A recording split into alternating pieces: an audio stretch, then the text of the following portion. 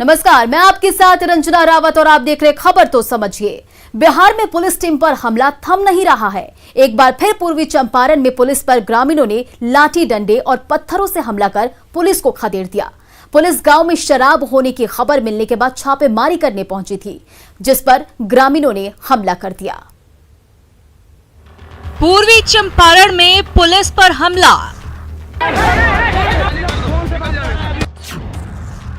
ग्रामीणों ने पुलिस वालों को खदेड़ा।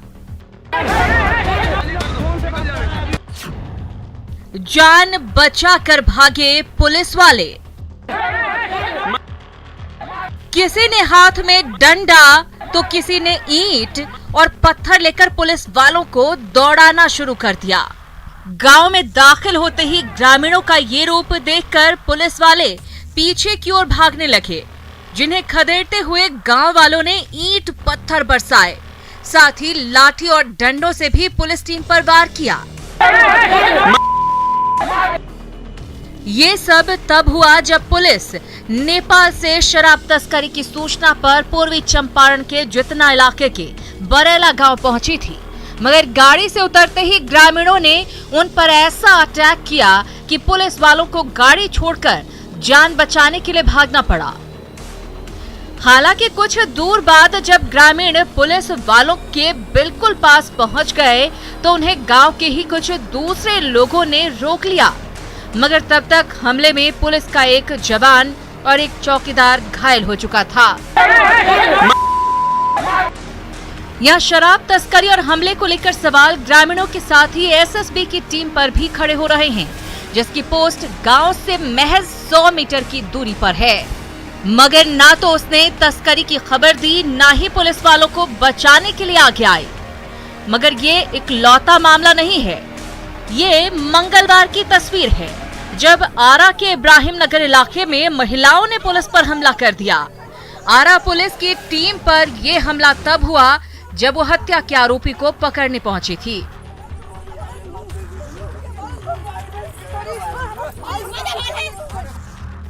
अभी नवादा और सुपौल की तस्वीरें भी देखिए। नवादा में पुलिस टीम पर तब हमला हुआ जब वो बालू माफिया के खिलाफ कार्रवाई करने पहुंची थी।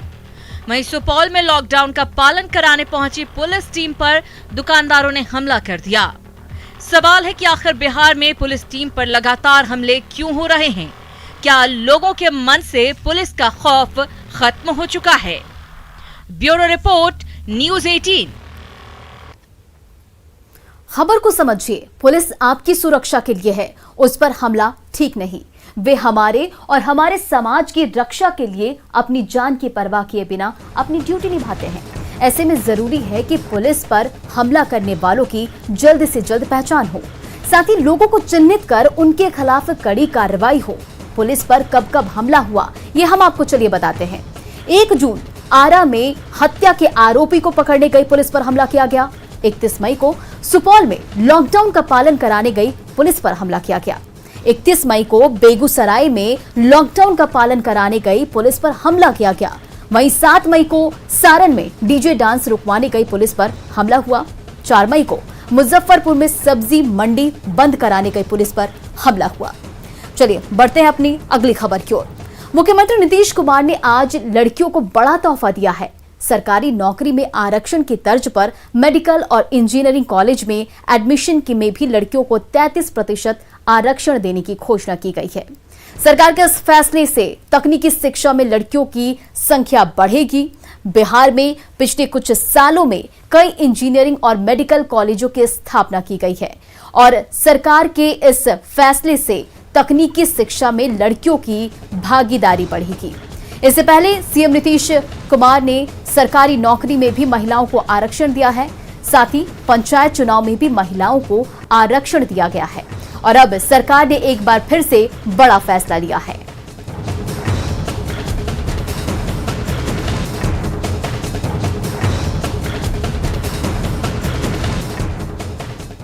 बिहार में मेडिकल और इंजीनियरिंग कॉलेजों में लड़कियों को 1/3 आरक्षण देने के लिए नीतीश कुमार के फैसले का स्वागत किया जा रहा है। पटना में मेडिकल और इंजीनियरिंग की तैयारी कर रही लड़कियों का कहना है कि सरकार के इस फैसले से लड़कियों को पढ़ाई के लिए नए मौके मिलेंगे।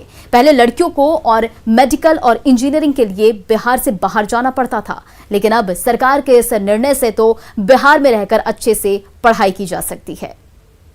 मेडिकल और इंजीनियरिंग कॉलेजों में लड़कियों को 33% आरक्षण दिया जाएगा। नीतीश कुमार ने आज इसकी घोषणा कर दी है। हमारे साथ पटना में कुछ बच्चियां हैं जो मेडिकल और इंजीनियरिंग की तैयारी करती हैं, उनसे हम बात करते हैं। सरकार के इस फैसले पर क्या कहेंगे?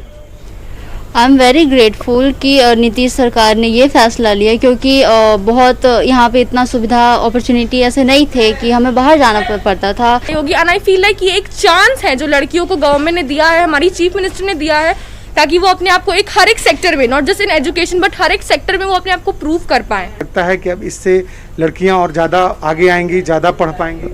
हाँ बिल्कुल, क्योंकि जैसे सबको पता है कि हेजिटेशन होता है लड़कियों को बाहर जाने या फिर पेरेंट्स को भी भेजने में होता है, सेफ फील नहीं करते, लेकिन जब वो अपने घर ही पे रह के या फिर अपने स्टेट में रह के पढ़ेगी तो पेरेंट्स भी एक सिक्योर फील रहेंगे। For safety cause, because some parents safety के वजह से भी नहीं भेजते हैं बाहर, स्टेट से बाहर, की वो वहाँ कैसे मैनेज कर पाएंगी। बट बिहार सरकार ने ये डिसीज़न लिया है तो 33% रिजर्वेशन है यहाँ बिहार में, तो अब गर्ल्स यहीं पे रह के अपने ड्रीम्स को पा सकेंगी। तो बिल्कुल लड़कियों को इससे मौका मिलेगा और कहीं ना कहीं सरकार के इस फैसले से बिहार में लड़कियों में भी काफ़ी खुशी है। कैमरा पर्सन अजय दुबे के साथ शैलेंद्र, न्यूज़ 18 पटना। इधर नीतीश सरकार के फैसले का जेडीयू और बीजेपी का कहना है कि इससे बिहार में बड़ा बदलाव आएगा। वहीं विपक्ष ने फैसले का स्वागत किया, लेकिन कॉलेजों में बुनियादी सुविधाओं और लड़कियों की सुरक्षा को लेकर सवाल किया।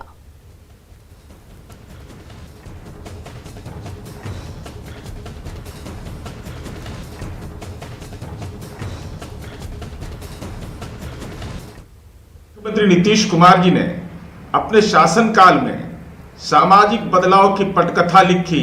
बेटियों को तकनीकी शिक्षा के लिए, समाज के सारे तबके की बेटियों के लिए इंजीनियरिंग और मेडिकल में 33% आरक्षण सुनिश्चित किया।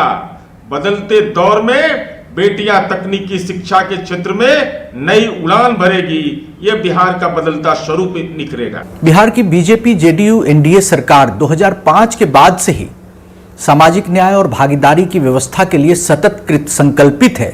आपने देखा होगा कि पंचायतों में 20% अति पिछड़ा वर्ग को आरक्षण, महिलाओं को 50% आरक्षण, बिहार में नौकरियों में 35% महिलाओं को आरक्षण, और अब अगर ये इनिशिएटिव हो रहा है कि अभियंत्रण महाविद्यालयों में और चिकित्सा महाविद्यालयों में बेटियों को 1/3 सीटें आरक्षित की जाएगी, यह निश्चित तौर पर स्वागत योग्य कदम है। पढ़ाने के लिए प्रोफेसर की बहाली हो, मेडिकल कॉलेज में प्रोफेसर की बहाली हो। जिस प्रकार से बच्चे बिहार में बिना शिक्षक के पढ़ रहे हैं, क्या उसी प्रकार से इंजीनियर और मेडिकल के छात्र भी बिना प्रोफेसर के पढ़ेंगे?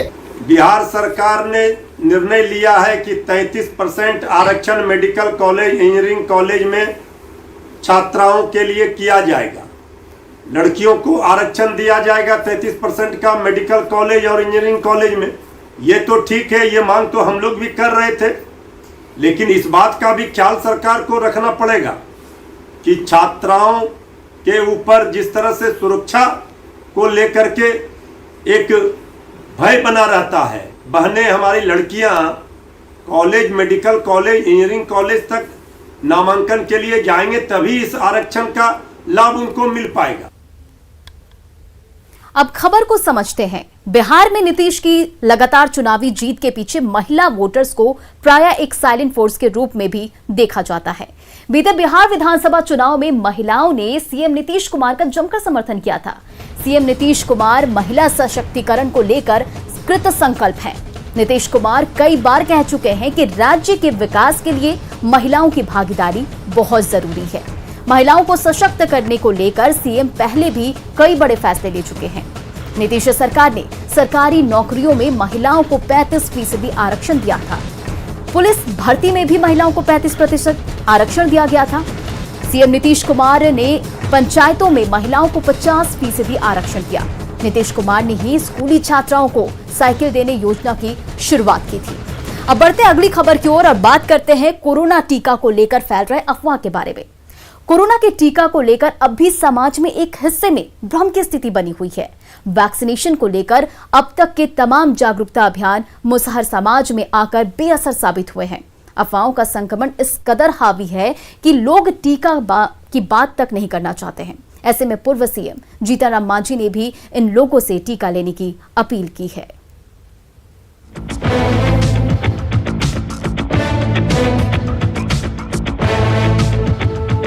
हम लेंगे टीका, लेवे ना करेंगे तो हम काहे ले लें टीका? मरने के लिए टीका लेगा?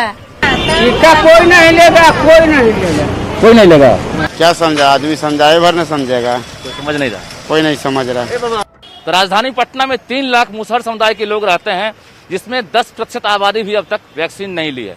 ऐसे में हम राजधानी पटना में पहुंचे हैं आशियाना मोड़ के पास, और देख सकते हैं कि लालू प्रसाद यादव के जमाने में इस रैन बसेरे का निर्माण किया गया था, और यहाँ पर तकरीबन 2000 जो मुसहर समुदाय के लोग हैं यहाँ पर रहते हैं, लेकिन वैक्सीनेशन से ये लोग काफी दूर भाग रहे हैं। लिए आप लोग टीका लिए?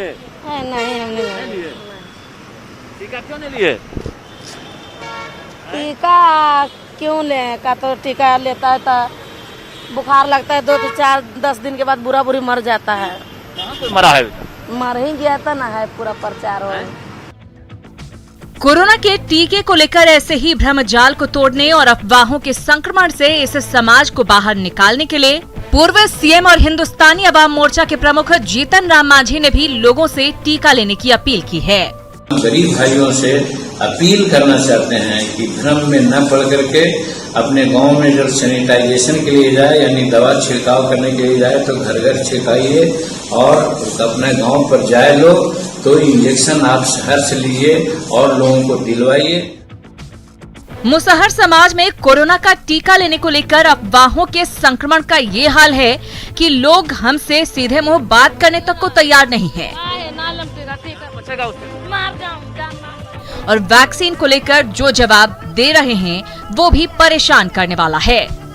हालांकि आशियाना मोड़ के इसी समाज में हमें कुछ ऐसे भी लोग मिले जिनमें वैक्सीन को लेकर थोड़ी समझ दिखी, लेकिन वे अपने आसपास के लोगों को समझाने में नाकाम रहे हैं। टीका लीजिएगा? टीका अब जखनी आएंगे तो हम अपना लेने के लिए हम तैयार हैं। बाकी जो महिला सब है उन लोगों महिला को पूछ लीजिए कि अगला जो काम करेगा कि जैसे नहीं करेगा उसका हम पर है टीका, हमको नंबर अभी नहीं आया है। अच्छा, नंबर पर आवेगा ना तो हम लोग दिलवाएंगे। महिला सबको नहीं समझाते हैं टीका लेने के लिए? हाँ, महिला सबको लेने के लिए जो ले रहा है, नहीं लेने वाले को कितना समझाइएगा, क्या कीजिएगा? जब राजधानी में मुसहर समाज की सोच ऐसी है तो दूर दराज के इलाकों का हाल समझा जा सकता है। जाहिर है इस महामारी से जंग में सरकार को सिर्फ नीति नहीं बल्कि समाज का नजरिया बदलने पर जोर देना होगा, और इसमें प्रशासन से ज्यादा जनप्रतिनिधियों की भूमिका अहम होगी। झारखंड में भी वैक्सीनेशन को लेकर जागरूकता कार्यक्रम चलाए जा रहे हैं, लेकिन ग्रामीण इलाकों में अब भी टीकों को लेकर जागरूकता का घोर अभाव है। लोग अब भी टीके से दूर भाग रहे हैं। आखिर क्या है कारण? देखिए न्यूज़ 18 की ये एक्सक्लूसिव रिपोर्ट।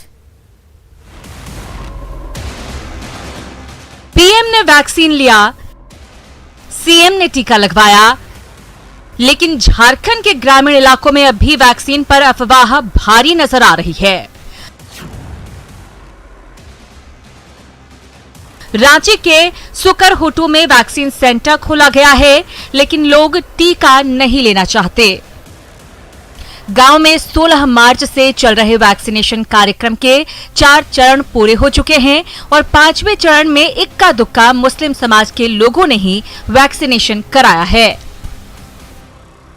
वैक्सीन जरूरी है, फिर काहे की दूरी है। रांची के ग्रामीण इलाकों में अभी भी मुस्लिम समाज के लोग वैक्सीनेशन से परहेज कर रहे हैं। शायद इसके पीछे को अफवाह है या उनके मन को भ्रांतियां हैं। वैक्सीनेशन के लेकर के बहुत लोगों में ये शंका पैदा हो गया है कि वैक्सीनेशन लेने के बाद लोग मर जा रहे हैं। डरवा दे रहा है कि वैक्सीनेशन लेने से हो सकता है कि दूसरा वैक्सीनेशन हम लोग को मिल जाए, इसलिए बहुत आदमी नहीं लेना चाह रहा है। दूसरा वैक्सीनेशन मतलब क्या? बोलता है 2 किस्म का वैक्सीनेशन आया है। भाई लोग डर गया है कि मतलब ऐसा भी मतलब अफवाह उड़ा है कि जो आपका ये इंजेक्शन है जिसमें मतलब एक्सपायरी जो इंजेक्शन है उसको भाई लोग को दे दिया जा रहा है। वैक्सीन लेने से तो यही सुनने में आता है कि लोग डेथ कर जा रहे हैं, या तो उसको बर्दाश्त नहीं कर पा रहे हैं या क्या रीजन है, लेकिन लोग यही डेथ कर जा रहे हैं। तो सुना आपने, टीके को लेकर मुस्लिम समाज में भ्रम है, अफवाह फैलाई जा रही है कि टीका लेने से लोग मर जाते हैं, लेकिन सच्चाई ये है कि वैक्सीन पूरी तरह सुरक्षित है और असरदार भी। ये कोरोना से लड़ाई में एकमात्र हथियार है, लेकिन कुछ लोग अफवाह फैलाकर लोगों को भड़का रहे हैं। हालांकि न्यूज़ 18 की टीम ने जब लोगों को समझाया तो कुछ लोग टीका लेने के लिए आगे आए। लेंगे अभी जाके। क्यों नहीं लिया? लेंगे अभी। मन में कोई डर है ना? तो जाके वैक्सीन लीजिए, जितना जल्दी हो सके जाके वैक्सीन लीजिए। ठीक। वैक्सीनेशन को लेकर मुस्लिम समाज में अभी भी जागरूकता का अभाव है। हम जहां भी जा रहे हैं, न्यूज़ 18 की टीम जहां भी जा रही है, लोग ये बता रहे हैं कि उनके मन में एक भ्रांति अफवाह है कि लोग वैक्सीन के बाद उनकी तबीयत खराब हो जा रही है, लोगों की मौत हो रही है। हमने भी उन्हें जागरूक करने की कोशिश की। हम इस समय रांची के सुकरहुट्टू गाँव में है, जहाँ ज्यादातर अभी तक मुस्लिम समाज के लोगों ने वैक्सीनेशन नहीं कराया है, लेकिन हमारी जागरूकता और उन्हें जानकारी देने के बाद लोगों ने कहा कि हम वैक्सीन कराने जरूर जाएंगे, और साथ ही जहां जहां लोगों को वो अपने स्तर से भी जागरूक करेंगे कि मुस्लिम समाज के लोग जाएं और वैक्सीन दिलाएं। कैमरामैन संजीव तिवारी के साथ संजय कुमार सिन्हा, न्यूज़ 18 सुकरहुट्टू, रांची। खबर को समझिए, कोरोना से बचाव का सबसे बड़ा हथियार है वैक्सीन। पीएम नरेंद्र मोदी भी वैक्सीन को लेकर भ्रम से बचने की अपील कर चुके हैं और कोरोना से खिलाफ लड़ाई में टीकाकरण को सबसे कारगर बताया गया है। वैक्सीन ही कोरोना के खिलाफ सबसे बड़ा हथियार है। जो लोग रिस्क में हैं, उन्हें वैक्सीन ही बचा सकती है। वैक्सीन वायरस को पहचानने और उसके खिलाफ एंटीबॉडी बनाने में मदद करती है। कोरोना संक्रमण गरीब, अमीर और जाति धर्म में फर्क नहीं समझता। ऐसे में टीका का भी कोई जाति धर्म से लेना देना नहीं है। कोरोना का टीका पूरी तरह से सुरक्षित है, इसलिए कोरोना के खतरे को समझिए और बचाव को लेकर बिना किसी भ्रम में पड़े टीका जरूर लें। चलिए खबर में आगे बढ़ते हैं और बात करते हैं। बिहार में आज से लॉकडाउन 4 लागू हुआ है और लोगों को कई तरह की रियायतें भी दी गई है, लेकिन सड़कों पर और बाजारों में जो नजारा दिखा वो डराने वाला था। लोग लापरवाह दिखे और कोरोना गाइडलाइन की धज्जियां उड़ती नजर आई।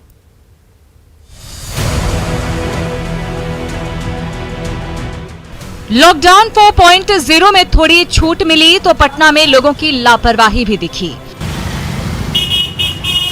नए दिशा निर्देश के तहत दुकानें खुली तो बाजार में भीड़ दिखी। न सोशल डिस्टेंस का पालन हो रहा था और न लोगों ने मास्क लगाना जरूरी समझा। पटना के सबसे बड़े इलेक्ट्रॉनिक मार्केट में जो तस्वीरें दिखी उससे साफ है कि लोग कितने लापरवाह हैं। अब किस तरह से यहाँ पर मार्केट में आपको दिख रहा है, काफी तादाद में लोग मार्केटिंग करने पहुंच रहे हैं। आप देखिए कहीं भी आपको न तो सोशल डिस्टेंसिंग दिखेगा, ना ही किसी तरह की कोई डर कोरोना को लेकर दिखेगा। लगातार सरकार ने कहा था कि भले ही लोगों को छूट दी गई है, लेकिन कोरोना का जो गाइडलाइन है उसको फॉलो करना है। लेकिन आप तस्वीर देखिए, दुकानों के अंदर की ये तस्वीर है जो अपने आप में डराने वाली तस्वीर है। पटना जंक्शन के पास बाजार में भी कुछ ऐसा ही हाल दिखा। आम दिनों की तरह भीड़ और खरीदारी करते लोग। ऐसा लगा जैसे लोग छूट का ही इंतजार कर रहे हों। भीड़ में कई लोग ऐसे भी दिखे जिन्होंने मास्क नहीं लगा रखा था। वहीं प्रशासन का कोई नुमाइंदा भी नहीं नजर आया। लेकिन तस्वीर अपने आप में बयां कर रहा है कि किस तरह से कोताही हो रही है, और ये तस्वीर पटना जिला प्रशासन को भी देखना चाहिए कि आखिर जो कारण था लॉकडाउन खोलने का, जिस तरह से बिहार में मामले घट रहे थे, उसके बाद लॉकडाउन 4 में लोगों को रियायतें दी गई थी, उस रियायत का किस तरह से दुरुपयोग जो है वो हो रहा है। हालांकि प्रशासन लॉकडाउन का पालन करवाने में जुटा है, लोगों को जागरूक किया जा रहा है। यह आपके सहयोग से ही यह संक्रमण के फैलाव तो लापरवाही बरतने वालों के खिलाफ कार्रवाई भी की जा रही है। जिला प्रशासन ने स्टैटिक टीम, गश्ती दल और धावा दल का गठन किया है, जो शहर में घूम कर माइकिंग के जरिए लगातार लोगों से मास्क लगाने और सोशल डिस्टेंसिंग का पालन करने की अपील कर रहे हैं। लॉकडाउन 4 लागू होने के बाद कई चीजों में भले ही छूट दी गई हो, लेकिन प्रशासनिक टीम लगातार मुस्तैद है।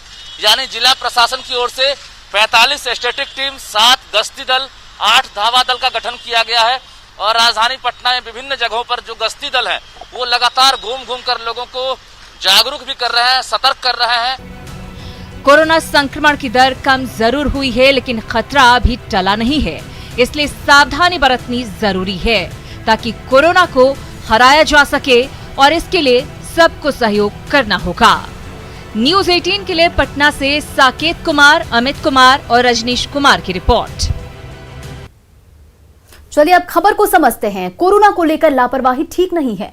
अभी भी सतर्कता और सावधानी ही कोरोना से सबसे बड़ा बचाव है। लॉकडाउन के जरिए सरकार एक हद तक कोरोना चेन को तोड़ने में कामयाब रही है और बिहार में बीते 24 घंटे में 1158 नए कोरोना केस मिले हैं। कोरोना रिकवरी रेट 97.48% हो गया है। एक्टिव मरीजों की संख्या घटकर 12,590 हो गई है। कोरोना से अब भी डरने की जरूरत है, सावधानी सतर्कता रखने की जरूरत है। कोरोना संकट में बड़ी संख्या में प्रवासी मजदूर अपने अपने घर लौटे थे। बिहार सरकार ने उन्हें रोजगार दिलाने का भरोसा भी दिलाया था, लेकिन हकीकत यह है कि अब कई जिलों से प्रवासी फिर से दूसरे प्रदेश जाने को मजबूर हैं।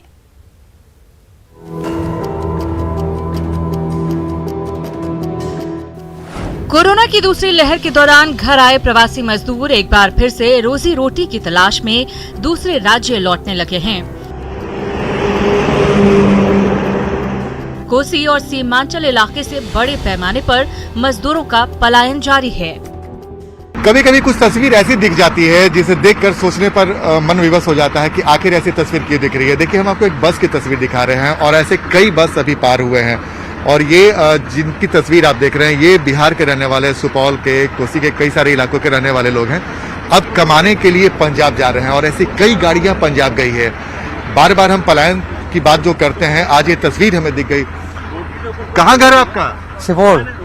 कहाँ जा रहे हैं? पटियाला जा रहे हैं सर। क्यों भाई? कमाने जा रहे हैं। क्यों क्या तो आपको अपने घर में कुछ काम वगैरह नहीं मिला है? काम होता तो जाता है। कहीं कोई काम नहीं है? जी नहीं। तो पूरा बस में सवार होकर आप लोग जा रहे हैं? जी बिल्कुल। देखिए, कुछ तस्वीर ऐसी है जो कई तरह के सवाल खड़े करती है। देखिए, पूरा बस भरा हुआ है और ऐसे ऐसे कई बस, पूरा बस भरा हुआ और ऐसे ऐसे कई बस अभी रवाना हुआ है जिसमें सुपौल, सहरसा, मधेपुरा के लोग सवार हैं। आप कहाँ के रहने वाले हैं? सुपौल जिला से। सुपौल जिला। सुपौल। तो आप भी जा रहे हैं कमाने के लिए? हाँ जी। क्या सुपौल में काम नहीं मिला? नहीं, काम नहीं मिलता, गरीब आदमी है। कहाँ सुपौल में भी काम कहाँ है जी? कोसी और सीमांचल इलाके से बड़े पैमाने पर मजदूर 2 जून की रोटी की जुगाड़ में बसों से पंजाब और हरियाणा लौट रहे हैं। पंजाब से जो किसान है वो भेजते हैं, बुकिंग करते हैं, वही पैसे देते हैं। अच्छा। तो कितने किसानों को लेके जा रहे हैं? अब तो 30-31 और ऐसे कई गाड़ी गए, मतलब बहुत सारी गाड़ी। लेबर जा रही है सर। लेबर जा रही है, जो जीरी लगानी है ना, वो लेबर सारी पंजाब हरियाणा जा रही है। दरअसल पंजाब और हरियाणा में बिहार के मजदूरों की खूब डिमांड है, जिसकी खास वजह भी है। बिहार में हजारों मजदूर काम करते हैं और मुझे लगता है कि पंजाब में इनको बहुत प्यार मिलता है। पंजाब में जो बिहार के मजदूर हैं बहुत लाइक करते हैं लोग, बहुत मेहनती लोग हैं बिहार के। हाँ, सबसे रोजगार नहीं मिल रहा और ये फ्लड का सीजन है। आपको ये जो पूरा जो हम कोसी का इलाका देख रहे हैं, मधुबनी का भी इलाका है, इसमें फ्लड आएगा। फ्लड आने के बाद से भी खेती संभव नहीं होगी। हम देख रहे हैं कि खेत में हजार एकड़ में पानी भरा हुआ है, तो पानी अभी निकलेगा नहीं। तब तक यहाँ के जो मजदूर हैं बैठ के क्या करेंगे? मजदूरों का कोई देश नहीं है, मजदूरों का कोई धर्म नहीं होता। इनको जहाँ मजदूरी होती है वहाँ चले जाते हैं। बिहार से प्रवासी मजदूरों का पलायन ना खत्म होने वाली दास्तां बनती जा रही है। सरकार ने प्रवासी मजदूरों को काम दिलाने का भरोसा दिया था, मगर मजदूरों का कहना है कि काम नहीं मिलने पर मजबूरी में उन्हें दूसरे राज्यों का रुख करना पड़ रहा है। समझिए कि बिहार के मजदूरों की बेबसी कहें या फिर यहाँ पे रोजगार का संकट, ऐसी तस्वीर हमें देखने को मिल रही है जो कहीं से भी अच्छी नहीं कहा जा सकती है। लेकिन हाथ हिलाकर हमें अभिवादन कर रहे हैं। लेकिन कई सारे लोगों से हमारी बातचीत हुई तो उन्होंने यही कहा कि जाने की इच्छा तो नहीं करती है साहब, लेकिन क्या करें, 2 जून रोटी का जो सवाल है। कैमरामैन मनी जुनेजा के साथ Anand Mishra, news 18 network, Darbhanga Madhubani road. और नेटवर्क 18 यह सुनिश्चित करना चाहता है कि हर भारतीय को कोविड-19 का टीका मिले। टीकाकरण जागरूकता बढ़ाने के लिए नेटवर्क 18 और फेडरल बैंक की पहल संजीवनी शॉर्ट ऑफ लाइफ को सपोर्ट करे। हेल्थ एक्सपर्ट अपोलो 24/7 आपके साथ है।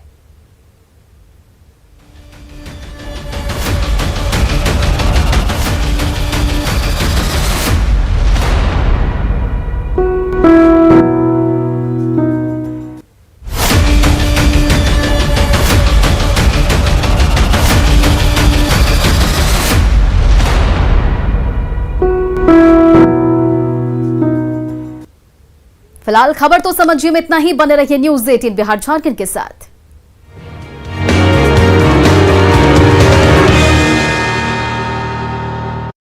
This news is